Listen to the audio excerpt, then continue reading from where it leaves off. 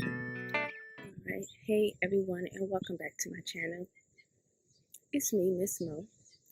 And so in this video, I'm going to just be giving like an update about my self-love journey from the perspective of caring for or being intentional about how I care for my body. And so you gotta watch your back when you're walking. But in a video that I posted a couple months ago, it's called Love Through Movement. I just talk about the importance of loving your body through physical movement, particularly with exercising. And so, I would say that like from that video, I've been trying to be very intentional about how I love my body through movement. And whenever I wake up, I ask myself, okay, how do I want to love my body through movement today? And so I do that by engaging in various forms of exercising, just based off of really my mood, you know. I try not to be so,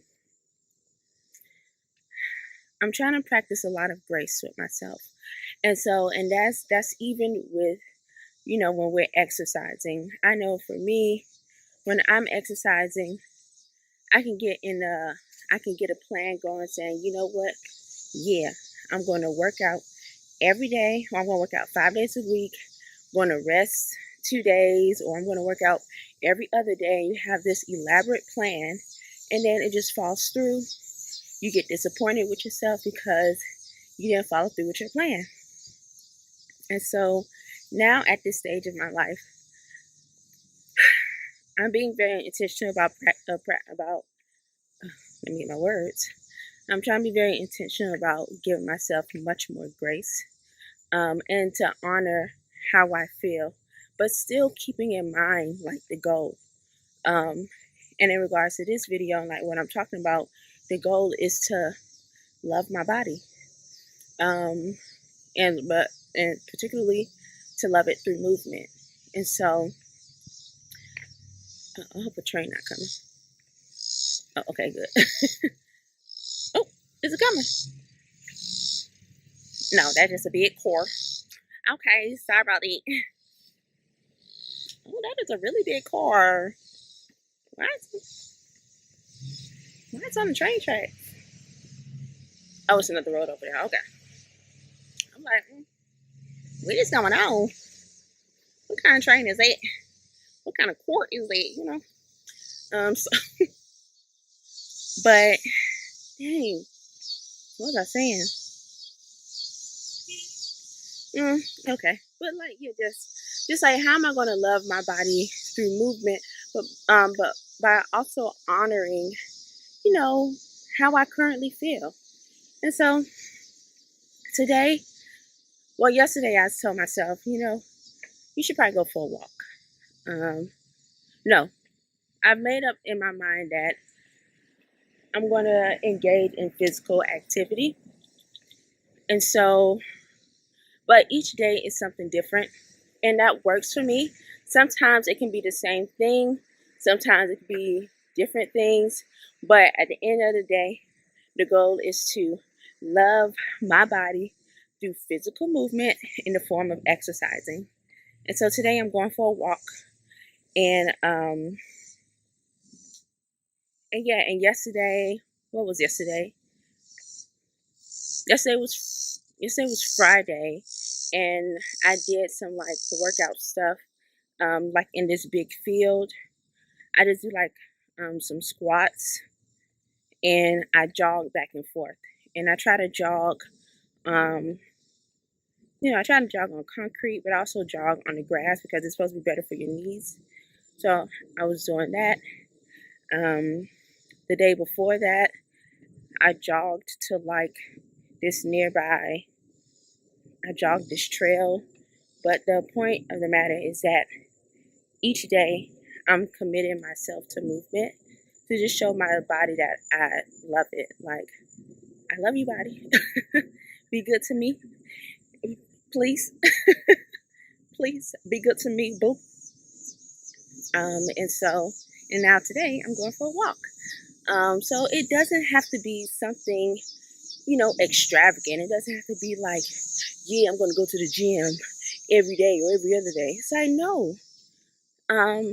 Even if it's just stretching, commit to being present with your body.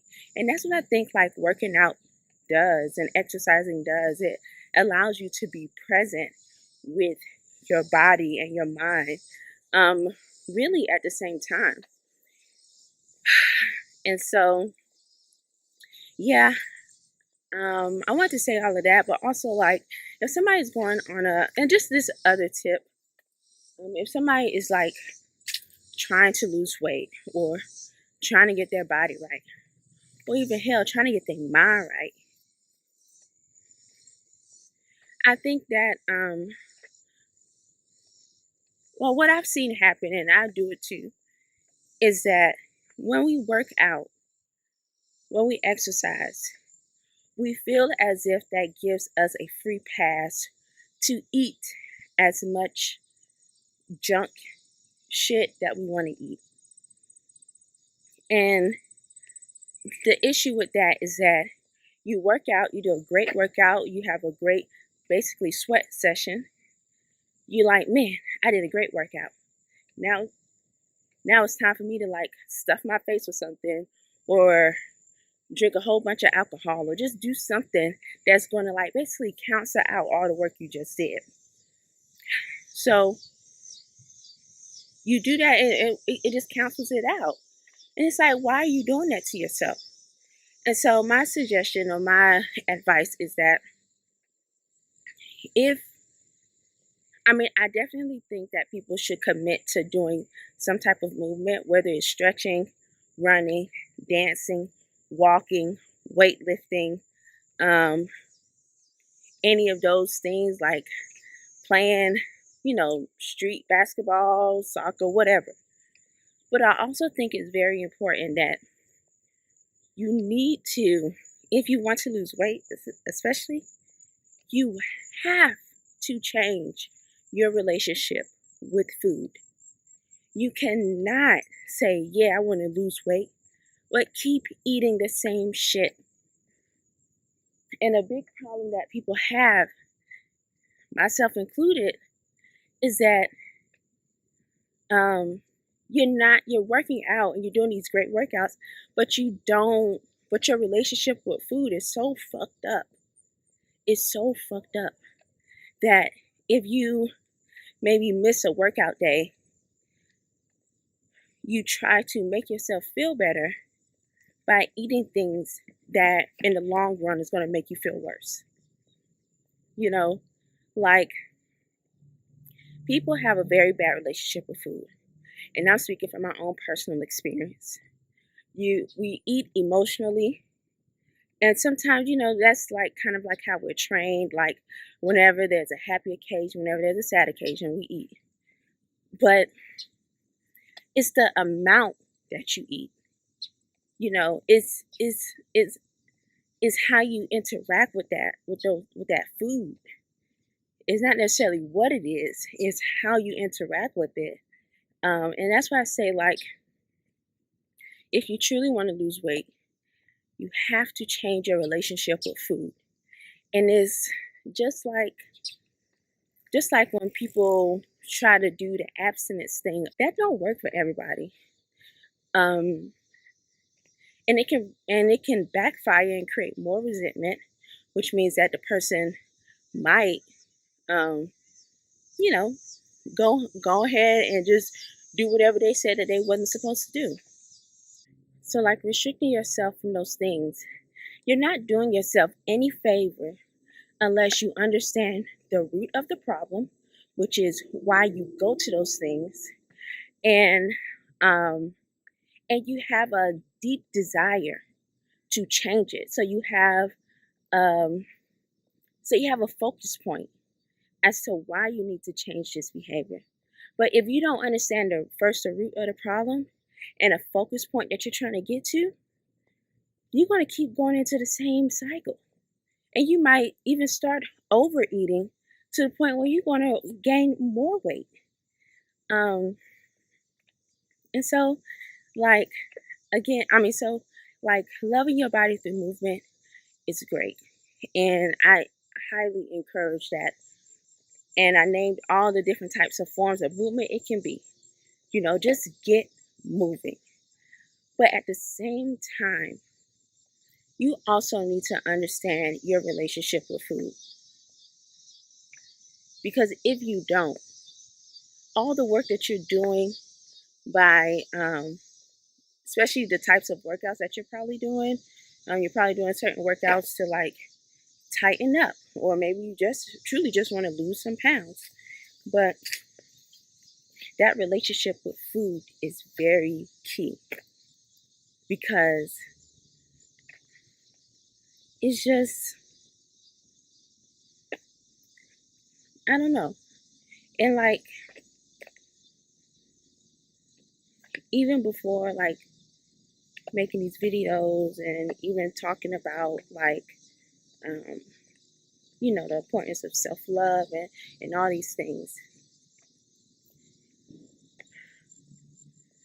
And most importantly, even before like becoming vegan, even before I could get to the point of looking at these like 4 pillars of like self-love, which is like mental, physical, emotional, and spiritual,